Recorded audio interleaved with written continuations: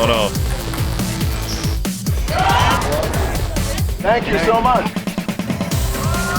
Pay like $1 million. Shout out TMZ, you up? Let me check out that rig. TMZ stands for the Mayweather Zone. How'd you find me, bro? I got my disguise on. I love my TMZ family. Welcome to TMZ Sports. I'm Mike Babcock with my guy, as always, Mojo Muhtadi. Mojo, we're going to start with a shocking and a scary moment involving one of not just the best football players of all time, but one of the most influential football players of all time.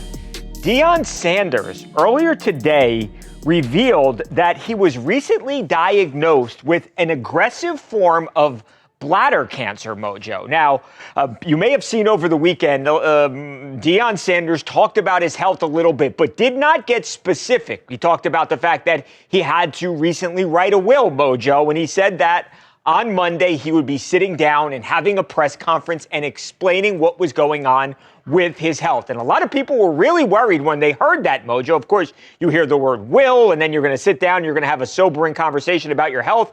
Terrifying situation. And when Deion sat down a little bit earlier today, flanked by one of his physicians and one of the trainers from Colorado, he revealed that he was recently diagnosed with the aggressive form of bladder cancer. It required him, Mojo, to actually undergo an operation where they removed Deion's entire bladder in an effort to make sure that they got every piece of that cancer out of his body, Mojo. Now, what they did was, and it's incredible what the doctors can do these days, but they actually, Deion said, or the doctor said, they made a new bladder with his large intestine. And because of that now, Deion is going to get to live as normal as a life as you possibly could. But talk about a scare. And that's really what Deion, after he gave the details, the sort of the nitty-gritty about the cancer diagnosis, that was his message to everybody out there. Hey, you've got to take care of your health. It has been a tremendous journey, and I'm truly thankful that God is so good. God is so good. You have no idea.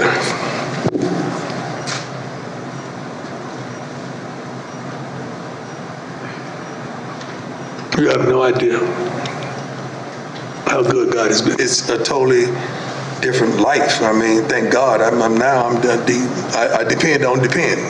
You know, if you know what I mean. I truly depend. Like I cannot control my bladder. So I get up and go to the bathroom already 4 or 5 times a night. But then I'm sitting up there, waking up, you know, like my grandson. We in the same thing. We got the same problem right now. We going through the same trials and tribulations. We're trying to see who has the heaviest bag at the end of the night. Like it's ridiculous. I always knew I was going to coach again. I didn't realize I was going to coach again. I was always going to coach.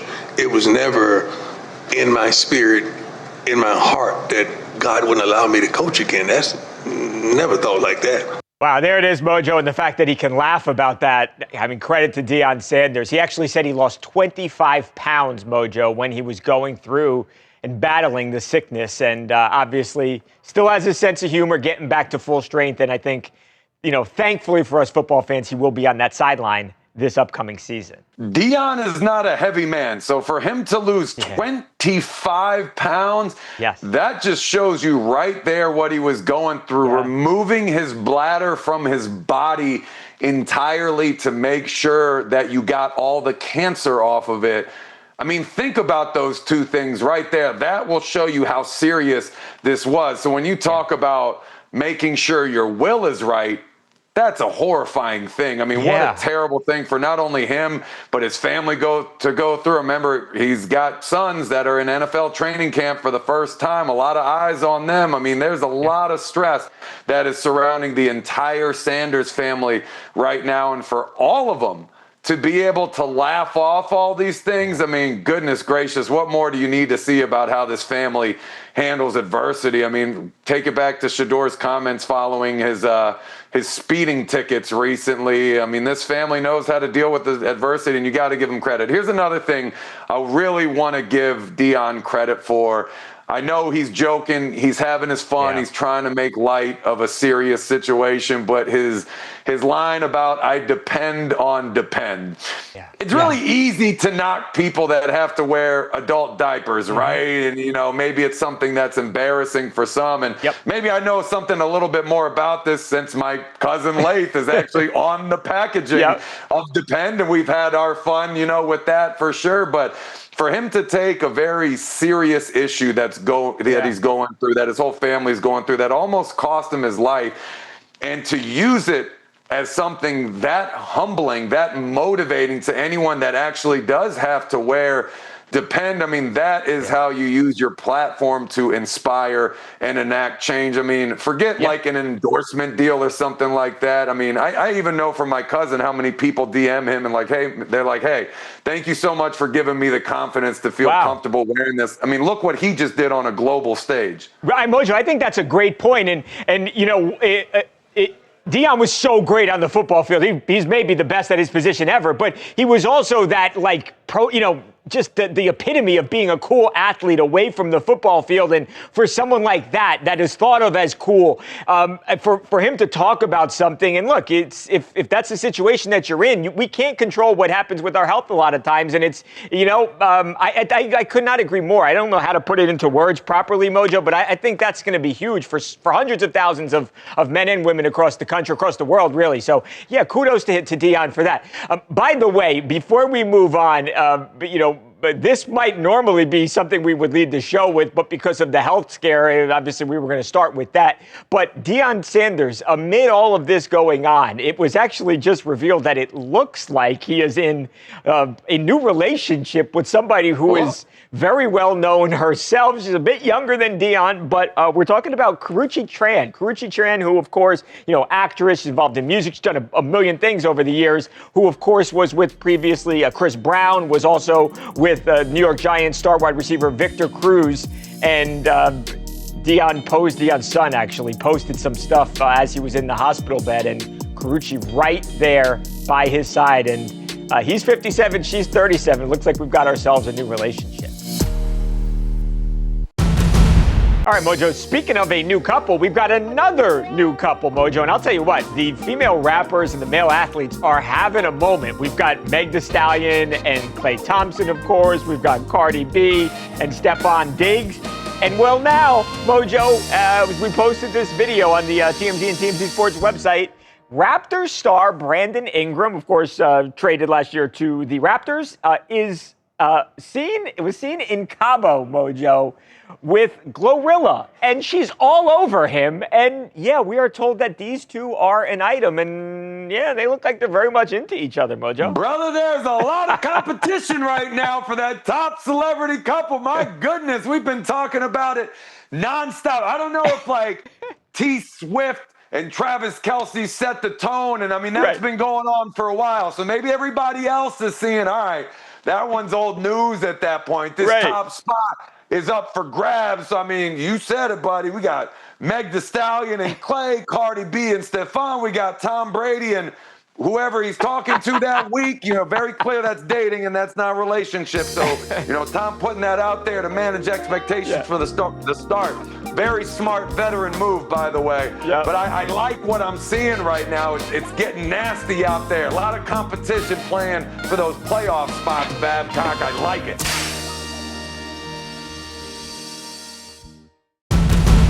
Up next, Lionel Messi, the latest to appear on Coldplay's Kiss Cam.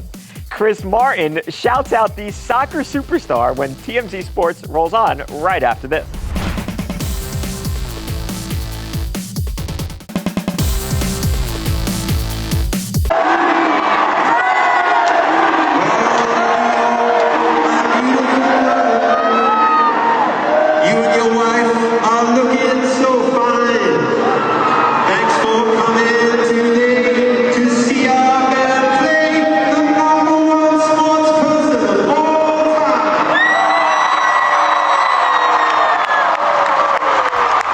Welcome back to TMZ Sports, Mike and Mojo. Mojo, if anyone out there has been literally living under a rock and don't know what that is, that, of course, is the Coldplay concert Kiss Cam, which has become the thing that everyone is talking about, Mojo, of course, since the CEO of that company, Astronomer, Andy Byron, I should say ex-CEO at this point, because he has resigned after the Coldplay kiss cam. Mojo, of course, caught him hugging on a woman who is not his wife. No, instead it was the head of HR, Kristen Cabot. So nice. Mojo... Yeah, this has become a thing, not just at the Coldplay concerts. Of course, there was the CEO. This has become a thing, not just at the Coldplay concerts. Now, Mojo, they're doing this at baseball games, at sporting events across the world, where they will play Coldplay and they will show couples and they'll have some fun. They'll duck down, try and hide.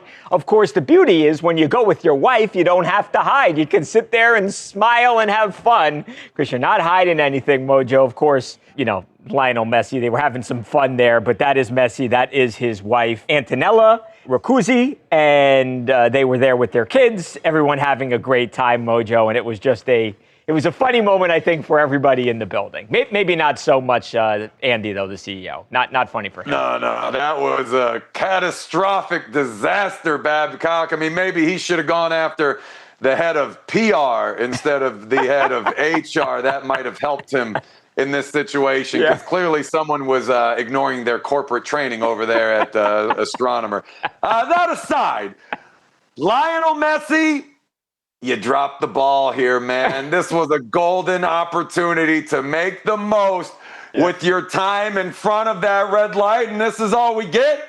An awkward smile for like 60 seconds? Bro, come on. You got to give us something entertaining. Dive under the seat or something. Right. He should have done it real quick, Mojo. He should have dove down real quick and then got up and smiled.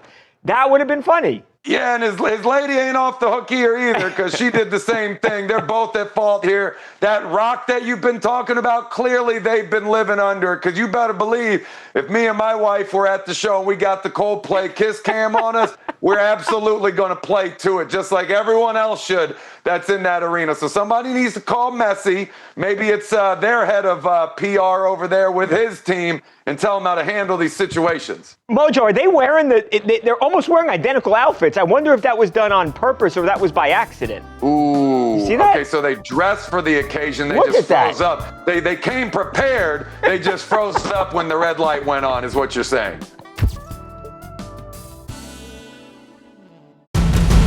Ben Askren continues his remarkable road to recovery following a double-lung transplant surgery. The former MMA star with some positive news on his medical prognosis in an interview you won't see anywhere else. Stay with us.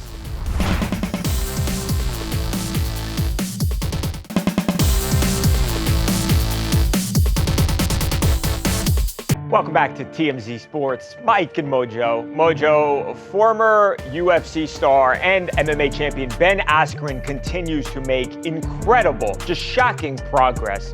Of course, as people probably know, Ben Askren on June 7th went into the hospital with a severe case of pneumonia. It got so bad that just a couple of weeks later, Mojo, on June 30th, Ben underwent a double-lung transplant. I mean, obviously, one lung transplanted is a massive operation, but to think that he had both lungs transplanted, Mojo, 23 days later, he is released from the hospital. Ben was on July 22nd, and then, Mojo, on July 27th, just days later, 5 days later, after getting out of the hospital, he is actually on an exercise bicycle, Mojo. Look, here was Ben, and there is Ben actually getting back, working out. I mean, he has lost, you want to talk about Deion losing a lot of weight. I mean, Ben lost a tremendous amount of weight, and he almost is unrecognizable. But the bottom line is, Mojo, he has said, I am going to work my butt off, and I am going to put on size, I'm going to put on weight, muscle, and I'm going to get back, and I'm going to live a good life, and I'm going to be there for my kids and for my wife, which it brings brings to focus the question, Mojo, what is the prognosis look like? I mean, let's be honest. This is a very severe operation that he went through, and this is a really severe medical condition that Ben has to deal with. We actually had a chance a couple of days ago to sit down on Zoom with Ben for the first interview, the first time that he has spoken to anybody else outside of making videos himself and posting on social media. We asked him about his long-term prognosis. Here's Ben Askren. I mean, the biggest negative is that I got to be on some medicines for life. That's inhibiting to my lifestyle. But other than that, they say people run marathons and all this other stuff. So hopefully, I'll be able to live a happy, healthy, full life like I want to. I'm making recognition that I'm going to get a second chance at life. My wife said there was multiple times where I literally thought you were dead. And so getting a second chance on life, it's going to be interesting. I've always tried to make the most of life, and I'm going to continue to try to do that. Man, that's the best possible attitude you could have after something like this. I mean, as someone that had tremendous lung issues from COVID, my goodness, I can't even fathom what it would be like to have a double-lung-transplant. I mean, my goodness, that just sounds absolutely terrible. And then you look at him and you feel so bad considering how much weight that he lost. I mean, look at his neck, his shoulders, the video of him on the bike. I mean, look at his legs. I mean, he's pretty much skin and bones. You hate to say it right now, but, all that being said, his attitude right now is perfect. I can't imagine what it feels like to come that close to death and getting a second lease on life. But, I mean, he is handling this the best way you possibly can. I mean, he's not dwelling on the past and what was lost to him. He's focusing on the future and the life he has left to live and building himself back up. And, this guy is setting himself up to be just a tremendous success story, one that can inspire and motivate. We talked a lot about that to start the show with Deion Sanders. I mean, you look at this situation right here. And I mean, goodness, not to compare anything, but, two people that have really been through a lot, and you got to love the way that they're making lemonade and chicken salad out of these situations. Yeah, Mojo, I could not agree more, and I do, and I think it's same way about Deion. For people out there who are also going through things, I think to see someone like Deion Sanders, to see somebody like Ben Askren have this kind of attitude, I can't overstate how incredibly important it is. And I think anyone who watched Ben, and it is hard to see him like that just because you remember, you kind of flash back to him in the cage or in the octagon or on the wrestling mat. And you want to talk about somebody who was dominant, Mojo, and there was almost nobody who could go in there and could hang with Ben Askren, especially when it came to wrestling. I mean, he kicked ass, match in and match out. He was a dominant fighter. And I would probably venture to say he would say this is the most difficult fight that he's had in his life. But the way that he is approaching this with such courage, I think it sends such a great and powerful message to people out there who are also going through things. I have no doubt. I don't think anybody has any doubt.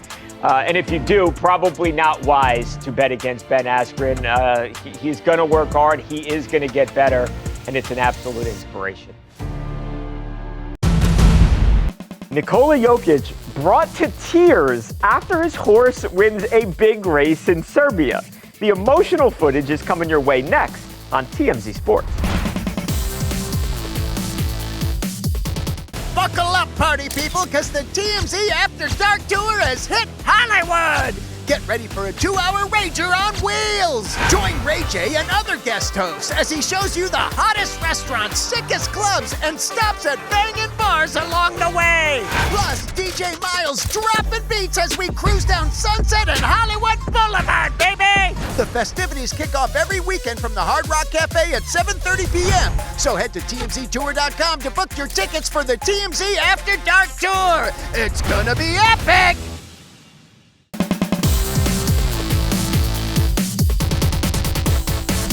Welcome back to TMZ Sports. Mike and Mojo. Mojo, this is my favorite segment of the day because we have finally found a sport that Nicola Jokic actually cares about. Of course, he is probably the best player in the NBA, but we have seen him literally win NBA championship, Mojo, and barely crack a smile.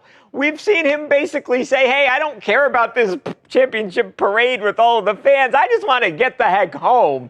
The guy is a 3-time NBA MVP, didn't seem to care too much. 7-time All-Star, ditto, didn't seem to care too much.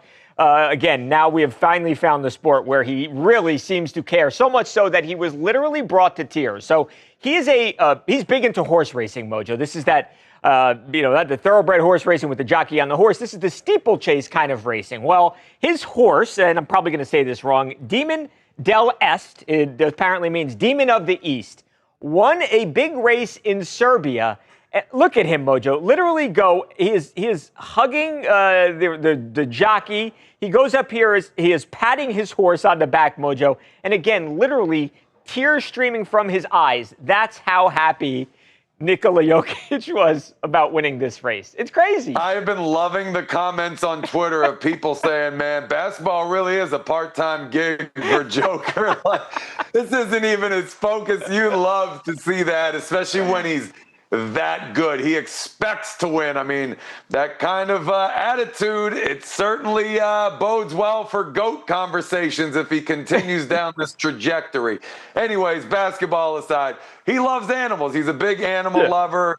You know, maybe if it's something that's outside your realm of professionalism, something that you're a fan of, that is a hobby of yours, it just seems to maybe hit home a little bit harder. Yeah. This is an example of that. You love to see this, Babcock. Jockeys, Mojo, are normally like 110 pounds, and they're like 5'2".